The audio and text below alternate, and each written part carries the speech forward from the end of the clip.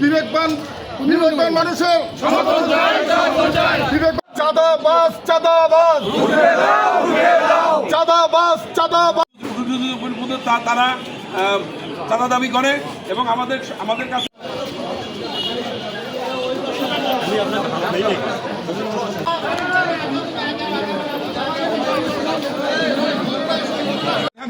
এটা তারা মোস্তা মল্লিকের নামে যে সমস্ত অকথ্য ভাষা মোস্তা মল্লিককে আক্রমণ করে তার হাত পা ভেঙে দেবে, তাকে এই অফিসে আসতে দেবে, তখন পর্যন্ত এই দুষ্কৃতিকারীদের এই অন্যায় অবিচার এবং আমাদের প্রতি প্রশাসনের কাছে আমরা সবিনয় আবেদন জানাচ্ছি। এই মবকে যতক্ষণ পর্যন্ত নিবৃত্ত আমরা ঘোষণা দিয়েছি এবং কলম বিরোধী রাখছি।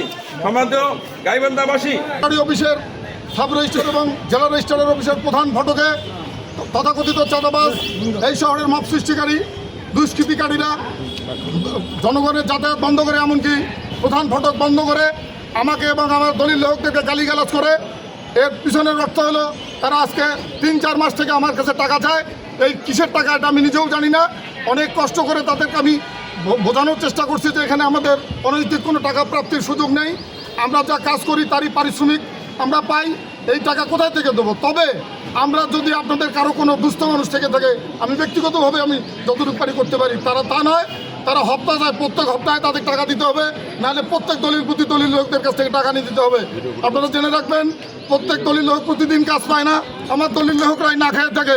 আমরা হয়তো একদিনে যে 30টা দলিল করি, বাকি প্রায় 70 জন দলিল লোক কাজ পায় না, তারা না খেয়ে থাকে। সেই জন্য আমরা যে আমাদের মজুরি, আমাদের প্রাপ্তি অথবা যেটা সম্মানই পাই সেটা আমরা একখানে রেখে সবাই আমরা সেটা মাস শেষে ভাগ করে নেই। অত্যন্ত পরিতাপের বিষয়, গত বেতন আমি নিজেও পাইছি 10,200 টাকা।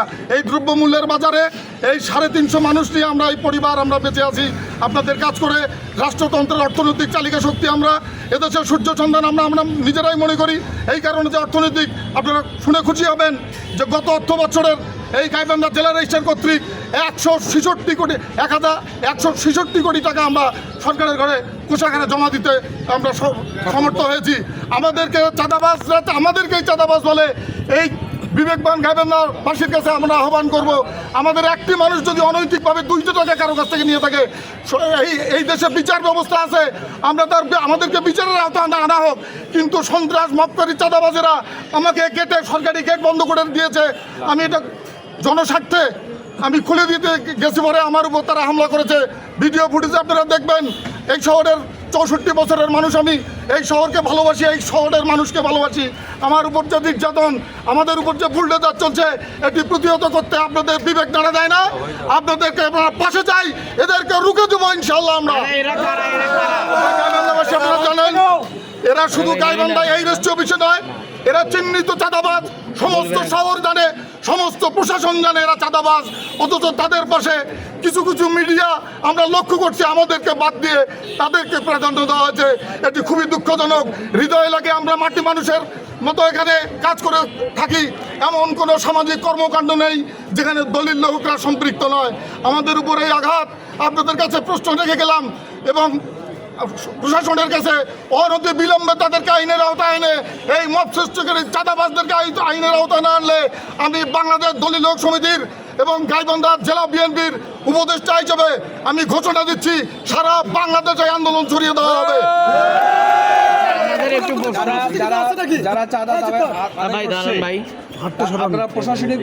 প্রশাসনকে জানাচ্ছেন কিনা? আমরা ইতিমধ্যে থানায় মামলা দিয়েছি। আমরা টেলিফোনে প্রত্যেকটি সংস্থাকে আমরা জানিয়েছি।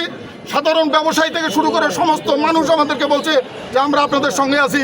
এটার প্রতিবাদ হওয়া উচিত। প্রশাসন থানাকে দিছি, এসপি সাহেবের নলেজে দেওয়া আছে।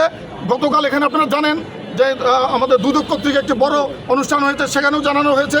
আমাদের ছোট্ট মানুষ, আমরা আমাদের শক্তি অনুযায়ী সমর্থন চেষ্টা করছি। চাঁদাবাজ আব্দুর রৌফ, বাড়ি 9 নম্বর ওয়ার্ড, তার নেতৃত্বে এই শহরে চিহ্নিত বহুল পরিচিত এই চাঁদাবাজেরা। এদেরকে রুখে দিতে আপনাদের সহযোগিতা চাই। প্রশাসন অনতিবিলম্বে তাদেরকে যতক্ষণ আইনের আওতায় না আনবে আমরা কলম ধরবো না। পানি খেয়ে হলেও এদেরকে আমরা